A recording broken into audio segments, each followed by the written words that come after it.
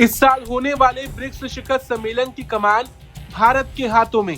दुनिया भर में बढ़ते तनाव के बीच इस बार के ब्रिक्स पर वैसे ही कई देशों की नजर है और इसी बीच चीन की ओर से भी एक बड़ा बयान सामने आया जो इस आयोजन की अहमियत को और बढ़ाने का काम कर रहा है। दरअसल चीनी विदेश मंत्रालय के विशेष दूत झाई जून ने हाल ही में नई दिल्ली में भारतीय अधिकारियों से मुलाकात की।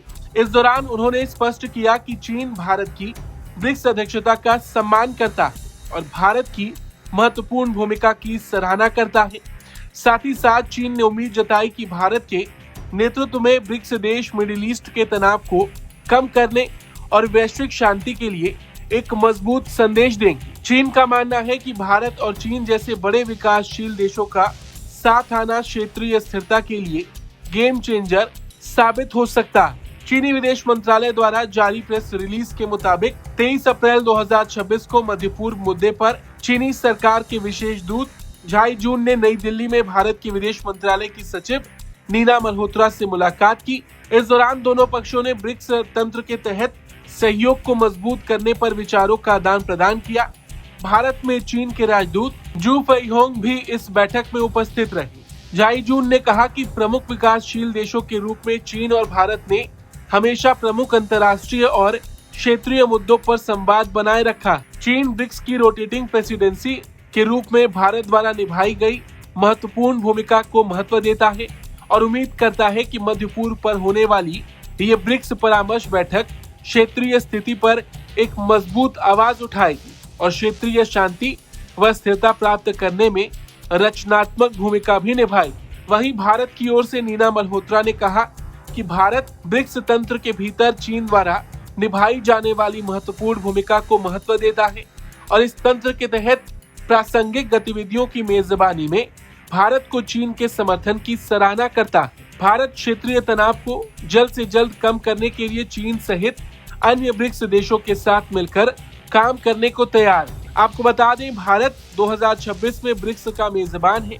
और इस बार की थीम रिजाइलियंस, इनोवेशन, कोऑपरेशन और सस्टेनेबिलिटी रखी गई है। भारत का लक्ष्य है केवल आर्थिक चर्चा करना नहीं, बल्कि डिजिटल तकनीक, ग्रीन एनर्जी और विकासशील देशों की आवाज को दुनिया के सामने मजबूती से रखना।